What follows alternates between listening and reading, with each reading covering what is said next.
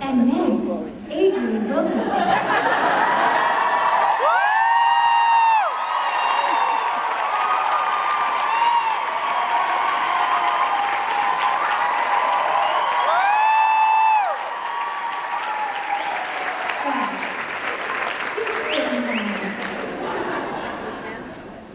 Hey guys. Hello.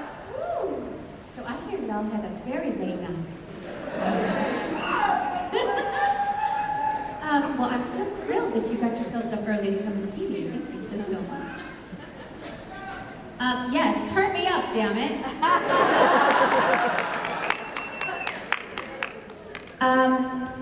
So since it's our last time together, sad news. First of all, I brought gifts. I feel like I need a sexy volunteer. Who would like to be a sexy? I see one. Someone stood up in the back. Yes. Is that maybe James? Hi, darling. Spiders really scared the Jesus out of me, so I just have to say empty. That's all I can say. I will say that the spider came with its own spider wrangler. Truly. In that episode, I think it was in the same episode, I had to work with two different creatures. One was these mealworms that are like maggots but bigger, and the other was spiders. And both of those things came with their own wrangler to protect them on set and make sure that they were not hurt, and we had to handle them a certain way. And you know, the spider was apparently a very important spider. Like, it's a big deal to, you know, if it had run off in the middle of the shoot, I would have been in big trouble. So the truth is, the way that I got over my fear was that I had a bigger fear of losing the spider. So that kind of explains it. Thank you. You got it. And at the end, I'm supposed to be beheading someone, which is literally in real life, it was a head of cabbage, which was fun. I always like things that amuse me and not amused me. My favorite single move I've ever done is actually, you haven't seen it yet, they haven't showed it in any of the trailers or anything, but it's in the, it will be in Star Trek Renegades. I do a hero super punch that I don't even know how the hell I did it. Like, I impressed myself because there's no wires, there's no trampoline, and I just, you know, I grew up as a dancer and I just channeled my inner dancer to get as much height as I possibly could. And well, I'm in a skirt, so that makes it a little bit tricky. I didn't come up here to do porn. What is happening? Let's use our imaginations a little bit. Plus, but I will say it will come out very soon. Star Trek Renegades is in post-production right now, so it will be, yes, it will be available soon. Channel that enthusiasm or that curiosity into following the project. It would be great. It is being reviewed by CBS very quickly, in the next couple of weeks, to see if they want to turn that into a new Star Trek series. So, yes. So any online love would be appreciated. They have Facebook and Twitter and all that nonsense, and they do post some very cool things, both about the project, and they just post really awesome archives of various behind-the-scenes Star Trek stuff from throughout the years. So it's actually a really fun thing if you're a fan. But that Superman punch, I don't know what it's really called, that's what I'm calling it because I felt like Superman, was probably my favorite, so yeah. Thank you.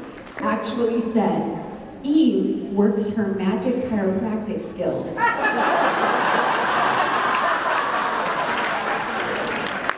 So, who knew I had a degree in chiropractic arts? But apparently I did.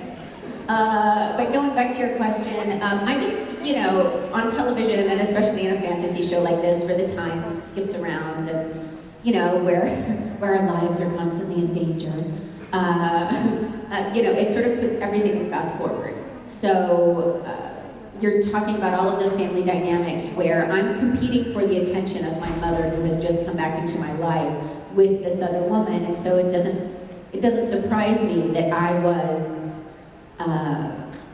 jealous and irritated often with Gabrielle. To me, that was just made absolute logical sense, and probably a bit from her part too. Despite being incredibly supportive, it is still suddenly you're sharing attention. So I think that probably explains a lot. And we kept having these moments where we would be bonded together, and then she would stab me. So because I knew he was a beloved character, and I was scared that there would be a lot of wrath against me or my character for his demise. I adore Ted, so I was very sad to see him leave. Ted is so much fun on set, and you know, he was in the first couple of episodes with me, so I loved having him there. The only reason that it wasn't at all sad, and it would have been sad, like, you know, if they had been like, hey Ted, tomorrow you're dying, you know, like, if he hadn't known and if he hadn't wanted to go, that would have been a totally different filming experience. But Ted was ready for a new adventure, and I think it was his idea as much as anybody else's that he wanted to move on to different things. So there was no sadness in the filming of it. And some of you have heard this story, but the actual day of filming was hilarious, unintentionally, because Ted was in that prosthetic makeup that made him look like 765 years old all of a sudden. But we were filming on a day that was quite warm, and it was melting, and it was hot. And so, first of all, just looking at him was funny. But even beyond that, he wasn't, because of the makeup, he wasn't allowed to wear his glasses or his contacts. So he was supposed to, let's make sure we aren't showing too much. So in the scene, it's an accidental killing. I am coming towards him, but the way he dies is not what anyone's intending. So basically, he spins around and impales himself accidentally on my sword, which is how he dies. So my job, being safe in terms of stunting, my job is to basically be there, and it's his job to impale himself. He's in charge of the move so that there's no injuries. So I would be right there, and Ted couldn't see very well, so he kept falling before he was anywhere near the sword. So we just kept having to do that scene again and again, and by the time we got it, all of us are just crying from laughing because it's this big dramatic scene that's supposed to be so sad, but it's just turned into a slapstick comedy because we just can't kill him, you know? Like, we're all trying, but it's just not working.